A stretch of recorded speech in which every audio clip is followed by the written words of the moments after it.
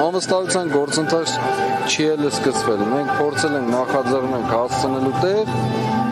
ստացել ենք այն, ինչ որ ստացել ենք։ Հիմա այո, այդտեղ առանցքային դերակատարություններ, թեկնածուի գաղափարը եւ այլն։ Հիմա այս պահին դրա մասին եկեք չխոսենք։ Քրիստինեն հարցը տվել ուղղակիորեն, թե ինչ է տեղի ունենում, ես ուղղակի ասում եմ, անվստահության գաղափարը մշտապես առկա ներկա օրակարգի մնայուն հարց է։ Փողոցը եւ խորհրդարանը միասին պիտի գործեն։ Եվ սա ուղղակիորեն տեղի պիտի ունենա եւ կունենա։ Այդ համագործակցությունը հնարավոր է, քանի որ տեսնում ենք, որ ընդդիմության ներսում էլ ամեն ինչ այնքան հարց չէ, մասնապես երկու նախագահների միջև փոխհրաձգությունները։ Ես չեմ կարծում, որ հայրենիքի ազատագրության գաղափարը որևէ կերպով ստորակա է որևէ այլ հարցից, բոլորի մոտ։ Եվ հետևաբար այդ գերակա գաղափարը, գերարժեք, գերակա գաղափարը ինքն իրենով ճանապարհը հարթելու է։ Եվ մեզ մնում է միայն ճիշտ գործողությունները կատարել, որն էլ կլինի։ Անի քաղաքացի է մասնակցել կա վիճակագրություն, չէ, վստահում է այս ակցիային։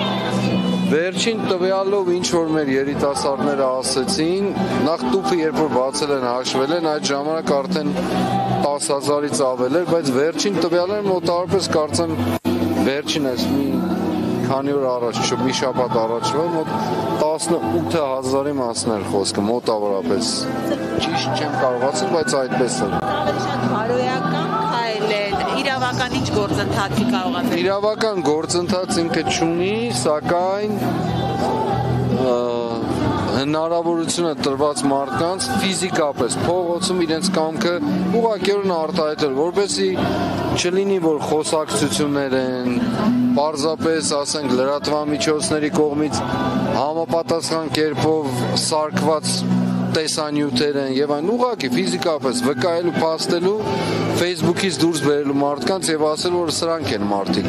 կենթանի, ուղղակի ողջ մարդիկ, որոնք ոչ միայն քվեարկեն, այլև բարեմաղթանքներ են գրել բոլոր առումներով, հրաշալի բարեմաղթանքներ։ Սրբազան հայր վերադառնալով ցեղասպանության 110-րդ տարելիցին եւ մինչ այդ արդեն հնչած բազմաթիվ հայտարարություններին իշխանությունների կողմից, որոնք փորձում են կասկածներ մտցնել հանրության մեջ փաստի առնչությամբ, իմ մասնավորից Սփյուռքում հիշում ենք Փաշինյանի հայտարարությունը, թե պետք է պարզել նաեւ մեր սխալները, որոնք են եղել, ովքեր են բերել օրակարգերը ցեղասպանության մասին։ Երբևէ կմտածեիք, որ ցեղասպանության հարցը, որ դրսում միշտ միջազգային ճանաչման խնդիր է եղել, կդառնա ներազգային հարթակում ինչ որ քննարկման թեմա։ Զարուհի ջան, երբևէ շատ բան չէի կարող մտածել։ Արցախի կորուստ չէի կարող մտածել, բռնագաղթված երկրորդ անգամ վերստին բռնագաղթված եւ հայրենազրկված հայ ժողովուրդ չէի կարող մտածել, այսքան ատելություն չէի կարող մտածել, այսքան թշնամություն, պառակտում չէի կարող մտածել։ Այսօրվա նկատմամբ արդեն իսկ ձևավորված, երբ նայում ես համացանցում կամ նրա շուրջ ձևավորված հակաքարոզչություն չէի կարող մտածել, շատ բաներ չէի կարող մտածել եւ այդ թվում այո ձեր ասած ցեղասպանության գաղափարը, որ ամբողջ հայությանը միավորող, միաձուլող գաղափարն եւ ոչ միայն գաղափար պետք էր ուղղակիորեն մնար զգացմունքային դաշտում, այլ նաեւ ինչպես միշտ ասել եմ, այլևս երբեկը որպես համակարգ դարձած մեր կյանքում տեղ գրավել բոլոր ոլորտներով, որպես ուղղություն, անվտանգություն, զարգացում եւ այլն, այսքան ոչինչ վիճակի հասցնել, որ մենք մեր երկրի ներսում պայքարենք օտար պետությունների հանգույն, այսինքն ինչպես օտար պետությունների կառավարությունների դիմաց մենք մեր երկրի ներսում պայքարենք ցեղասպանությունը չժխտելու դեմ, այսինքն ցեղասպանություն ներողություն ժխտելու դեմ, չժխտելու ցեղասպանությունը։ Սա իրենք որքան էլ ուզում են ճամարտակություն անեն, խոսելով որ չենք ուրանում, չենք ժխտում, փաստերը ուրիշ բանի մասին են խոսում։ Քիչ առաջ դուք մեջ բերեցիք այդ Շվեյցարիայում հայտարարություն, Նյու Յորքում հայտարարություն, իրական Հայաստանի մասին այդ դատարկաբանությունը, սահմանադրությունը փոխելու գաղափարը, այս ամեն ինչը ինչի մասին են խոսում, պարզապես նեղն ընկնած լինելու եւ փորձելու ասել, որ չէ, մենք չենք ուրանում, պարզապես գործնականորեն վերացնում ենք։ Սփյուռքը ինչու միասնական դիրքորոշում չունի այս հարցում։ Սփյուռքն էլ այդ պտուղն է, ինչ որ մեր ժամանակներն են, քիչ առաջ որ խոսում էի ատելության, թշնամության, Սփյուռքն էլ է պառակտվել,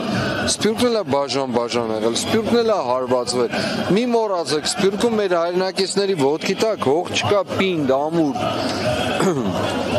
Մարդիկ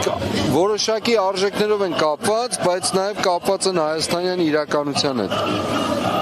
Մեր իրականությունը հայելացումն է, արտացոլվում է Սփյուռքում նաև, սփյուռքյան կյանքի վրա։ Մենք շփվում ենք, գիտենք մարդիկ ինչպես են մտածում կամ ապրում։ Ոնց են մտել սփյուռքյան մեր հայրենակիցների ընտանիքներն ու օջախները, ինչպես Հայաստանում այնտեղ կրկնակի է զգալի դա, որովհետև այսպես ասած թիկունք չկա, ոտքի տակ հող չկա։ Այն մեր ունեցած հարևանությունն ու դրացիությունը կամ մեկս մյուսին ավելի մոտ լինելու գաղափարը այնտեղ գոյություն չունի։ Համայնքային կյանքով է պայմանավորված, համայնքային կյանքն երբ որ աղճատված լինի, նշանակում է ամեն ինչ քայքայված է։ Հետևաբար, այս մարդկանց հենց դա եմ ասում, բոլոր ուղղություններով բերած աղետն է, ընդհուպ մինչև Սփյուռքը բաժանել է, Սփյուռքը, որը ուղղակիորեն Հայաստանի մեծագույն պատվարն է։ Սրբազան հայր, Գյումրու ընտրությունները ցույց տվեցին, որ իշխանությունը մեղմ ասած չի վայելում հանրային աջակցություն եւ այդ մասին խոսում են նաեւ տարբեր կառույցների սոցիոլոգիական հարցումները։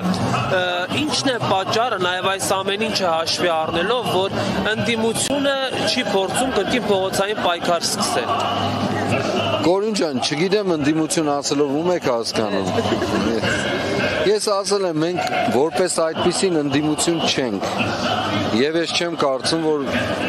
զուտ դասական քաղաքագիտական իմաստով նկարագրելով ընդդիմությունը մենք այսօր այդ կարգավիճակում ենք գտնվում։ Մենք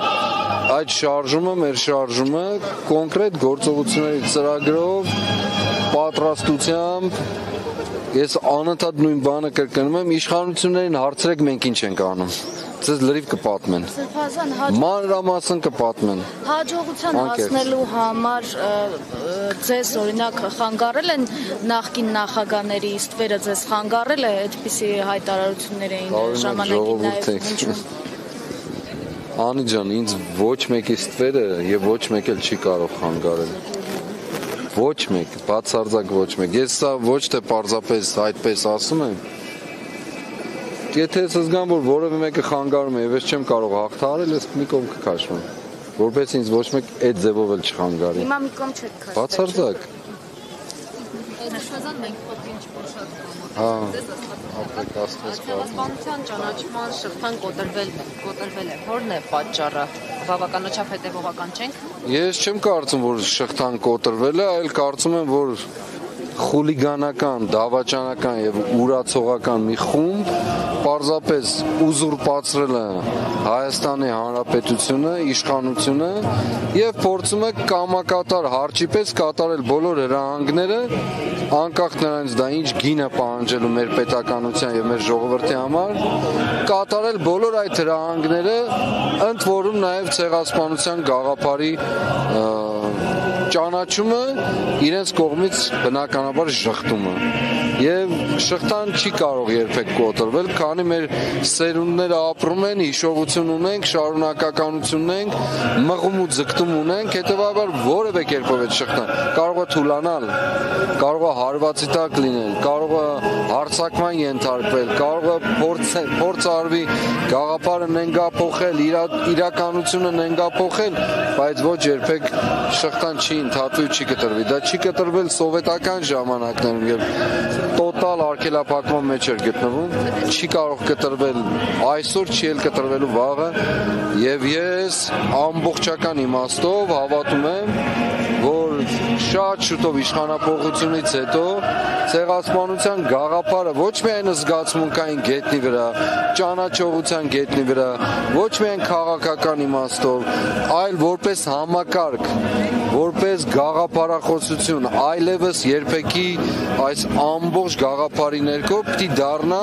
մեր պետության կենսագործունեության առանցքը բոլոր առումներով, որպես ցեղասպանված ժողովուրդ, այլևս մեզ համար ժամանակից դուրս է խոսել երկրորդը չտեսնելու մասին, բայց որպես ժողովուրդ երրորդը չտեսնելու եւ դեռ ավելին հատուցման հասնելու, ինչքան ուզում է ծաղրեն, ինչքան ուզում է պրագմատիկ չհամարեն, որքան ուզում է չհամարեն, դա մեր իրավունքն է, մեր ապրելու իրավունքն է, գոյության իրավունքն է եւ այդ ապրելու գոյության իրավունքի համար մենք հենց այդ այլևս երբեկի համակարգը պետք է ստեղծենք, որպես ժողովուրդ, որպես պետություն, որը պիտի ներթափանցված լինի մեր կյանքի բոլոր շերտերի մեջ, կրթություն, տնտեսություն, առողջապահություն, գյուղատնտեսություն, բոլոր շերտերի մեջ, երիտասարդության մեծի, փոքրի, բայց ոչ զգացմունքային գետնի վրա, ոչ զգացական իմաստով, այլ մտքի բանական գործելու, որ մենք ցեղասպանված լինելով, մենք իրավունք ունենք բոլոր հնարավոր միջոցներով մեր անվտանգությունը ապահովել։ Մենք ցեղասպանված լինելով, մենք կոչված ենք մեր կրթությունը դարձնել լավագույնը։ Մենք ցեղասպանված լինելով, մենք կոչված ենք մեր տնտեսությունը դարձնել ամենաարդյունավետը, մեր բժշկությունը դարձնել ամենամրցունակը եւ այսպես շարունակ։ Սա պիտի լինի համակարգ, գաղափար, այլևս երբեկի ներքո։